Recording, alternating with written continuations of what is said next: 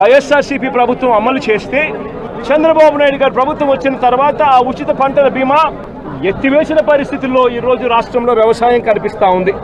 ఈ క్రాప్ వ్యవస్థను పూర్తిగా నీరుగార్చేశారు. దళారీలు లేకుండా పంటలు కొనుగోలు చేసే ఆర్బీకే వ్యవస్థను నీరుగార్చిన పరిస్థితులు ఈ రోజు రాష్ట్రంలో చూస్తా ఉన్నాం.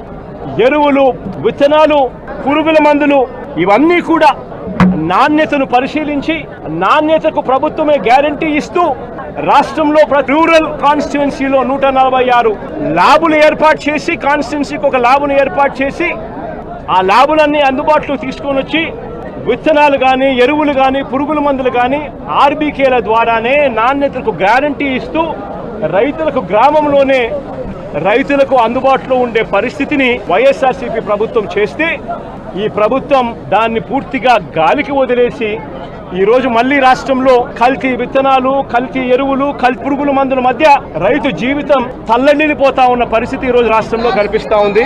మేము తీసుకొచ్చిన ల్యాబులు ఈరోజు నిర్వీర్యం చేస్తా ఉన్న పరిస్థితుల మధ్య ఈరోజు రాష్ట్రం కనిపిస్తా ఉంది.